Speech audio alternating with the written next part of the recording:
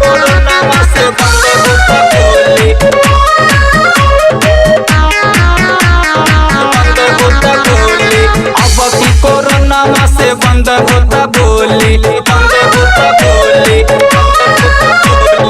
अब की कोरोना से बंद होता बोली। सारा हिंदुस्तान में मचल खलबली, 2 गज के दूरी बनावल कर, बनावल कर, बनावल कर। मुँह पे मास्क लगावल कर, जीवन के लाइफ बढ़ावल कर। मुँह पे मास्क लगावल कर, जीवन के लाइफ बढ़ावल कर। कोरोना से बंद होता बोली,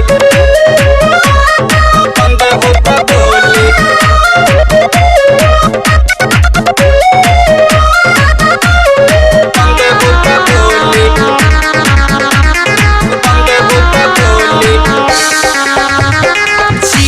बीमारी है सबके हरावले, सोखा बोझा नहीं एकरा आगा बाटी के ले। लगे ना कोरोना हवे है जाई आई, सुनते ही नाम सब लोग घबराइल। 2 गज के दूरी बनावल कर, बनावल कर, बनावल कर।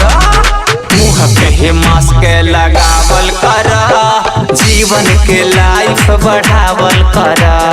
मुँह पे मास्क लगावल कर, जीवन के लाइफ बढ़ावल कर। बंद होता बोली, बंद होता बोली।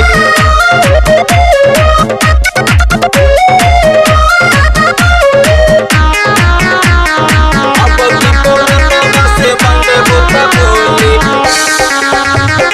रहमत शिवा बबलू देले ई सुझाव हो, भूली जइब एकरा के डूबी जाई नाव हो।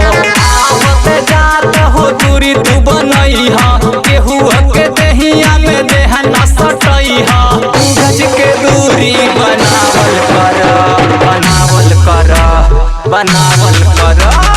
मुँह पे मास्क लगावल कर, जीवन के लाइफ बढ़ावल कर। मुँह पे मास्क